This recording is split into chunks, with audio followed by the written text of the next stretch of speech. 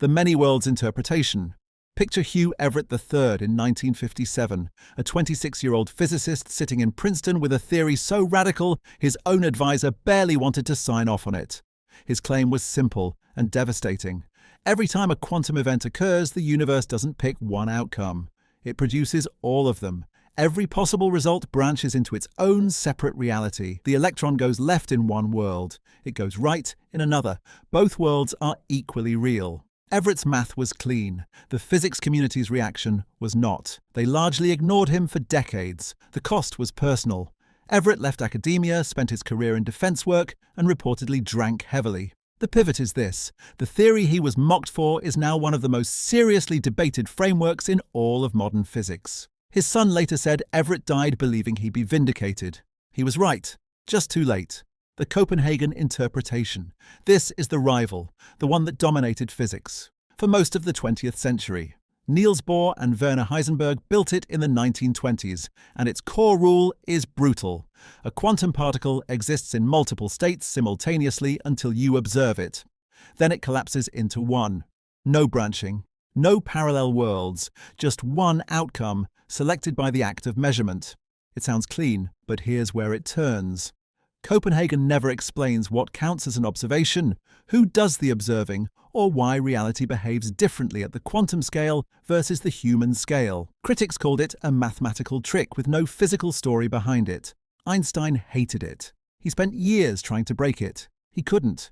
Copenhagen held the field for decades, not because it answered everything, but because it worked well enough that most physicists stopped asking the deeper questions. That silence had a cost. The string theory landscape. In the early 2000s, physicists working on string theory made a discovery they didn't entirely want. Their equations didn't produce one universe. They produced something like 10 to the power of 500 possible universes, each with different physical laws, different constants, different rules for how matter and energy behave. This collection became known as the string landscape. The design here isn't a branching timeline. It's a vast static library of possible realities, most of which can't support stars, atoms, or life. The troubling part is that our universe looks suspiciously fine-tuned. The constants that allow chemistry, gravity, and biology to exist sit in an absurdly narrow range. String theorists argued this makes sense if there are enough universes. We simply live in one of the rare ones compatible with observers. Critics fired back immediately. If a theory can predict anything, it predicts nothing. The string landscape controversy is still very much alive. The bubble universe theory. Cosmologist Andre Linde proposed something in the 1980s that reframes the entire picture. Inflation, the rapid expansion of space in the universe's first fraction of a second, doesn't stop everywhere at once. In Linde's model, called eternal inflation, different regions of space stop inflating at different times. Each region that stops becomes a bubble universe with its own physical properties. Our observable universe is one bubble. There are potentially infinite others, expanding away from each other faster than light, forever unreachable. The mechanism is elegant and terrifying. These bubbles never communicate. You can't detect them, you can't visit them. The only evidence for them is indirect, buried in the math of inflation itself, which is already supported by cosmic microwave background data. The enemy pressure here is philosophical. A theory you can never test starts to look less like physics and more like metaphysics. That argument has no clean resolution yet. The quantum suicide thought experiment. This one is disturbing by design. Philosopher and physicist Max Tegmark formalized it in 1998, though the roots go back further.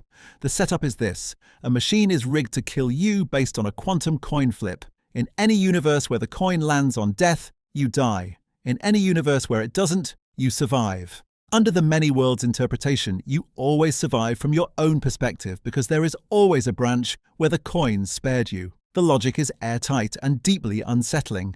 It suggests that a conscious observer might experience a kind of quantum immortality, always finding themselves in the branch where they lived, no matter how unlikely. The cost is obvious. Everyone else in your branch watches you die. Only you experience survival. Physicists debate whether this is a genuine prediction of many worlds or a philosophical trap. Nobody has run the experiment. Nobody should. The mathematical universe hypothesis. Max Tegmark again, but this time with something even larger. His Level 4 multiverse proposed seriously in academic Papers and expanded in his 2014 book, makes one staggering claim. Every mathematically consistent structure exists as a physical reality somewhere. Not metaphorically, literally. Our universe is one mathematical structure among an infinite set of others. The laws of physics here are just one consistent rule set. Somewhere, different axioms produce different realities. The design is maximalist. It's the largest possible multiverse. The operational question nobody can answer is what it means for a mathematical structure to physically exist. Tegmark argues the distinction between mathematical existence and physical existence is an illusion we invented. Most physicists find this either profound or untestable, depending on their mood. It has never been falsified. It also has never been confirmed. It lives in that uncomfortable gap, the black hole firewall paradox. In 2012, 4 physicists known as AMPS published a paper that broke something. They showed that the rules of quantum mechanics, general relativity, and black hole thermodynamics cannot all be true at the same time. Something has to give. One proposed resolution involves parallel universes in a very specific way. The interior of a black hole might be a separate region of space-time, disconnected from ours in a way that echoes the structure of a branching multiverse. The idea connects to ER equals EPR, a conjecture by Maldacena and Susskind, suggesting that quantum entanglement and wormholes are the same thing described differently.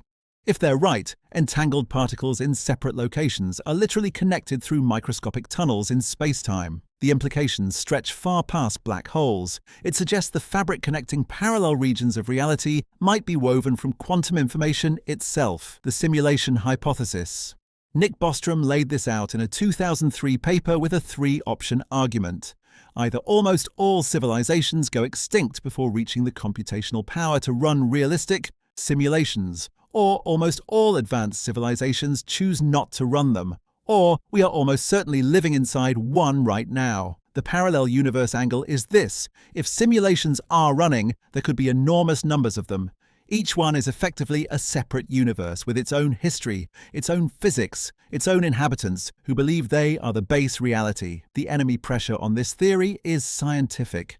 There is no confirmed evidence we are simulated. Some physicists like Sabine Hossenfelder argue the hypothesis is unfalsifiable and therefore not science. Others point to the pixelated structure of quantum mechanics as suspicious. The debate keeps resurfacing because the logic of Bostrom's trilemma is genuinely hard to escape: the Tegmark Level I multiverse. Before you get to branching timelines or mathematical structures, there is the simplest parallel universe of all. If space is infinite and uniform, then every possible arrangement of matter must repeat. Somewhere, an infinite universe contains infinite copies of every configuration. There is, statistically speaking, another version of you sitting somewhere unimaginably far away, reading something almost identical to this. The distance to the nearest copy of you has been estimated at around 10 to the power of 10 to the power of 29 meters. That number is so large it has no physical intuition attached to it. But the logic is straightforward. Finite matter configurations plus infinite space equals repetition. The cost of this idea is existential.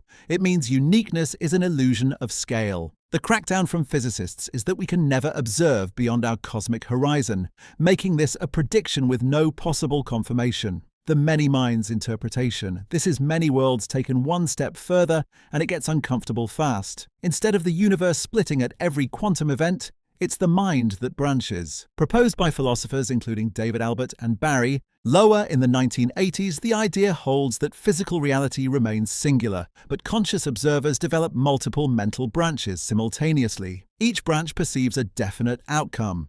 The mechanism is designed to solve a specific problem with Everett's original theory, what actually counts as a split. By locating the branching inside consciousness, many minds sidesteps the measurement problem. The cost is that it makes consciousness load-bearing in a way that makes physicists deeply uncomfortable. It requires a theory of mind that doesn't exist yet. Critics argue it trades one unsolved problem for a harder one. Supporters argue it's the most honest version of quantum mechanics available. The Penrose CCC model. Roger Penrose, one of the most decorated physicists alive, proposed something in 2010 that most of his colleagues found either brilliant or baffling. His conformal cyclic cosmology suggests our universe is one aeon in an infinite sequence. When this universe reaches maximum entropy, Its end state is geometrically identical to a new Big Bang. A new universe is born from the death of ours. These aeons are not parallel in the spatial sense, they are sequential, but each one is effectively a separate universe with its own history. Penrose claimed in 2010 to have found evidence in the cosmic microwave background, concentric rings of slightly different temperature that could be signals from black hole collisions in a previous aeon. Other teams disputed the statistical significance. The debate remains open. The theory is testable in principle, which puts it ahead of many competitors. The Anthropic Principle. This isn't a theory of parallel universes on its own.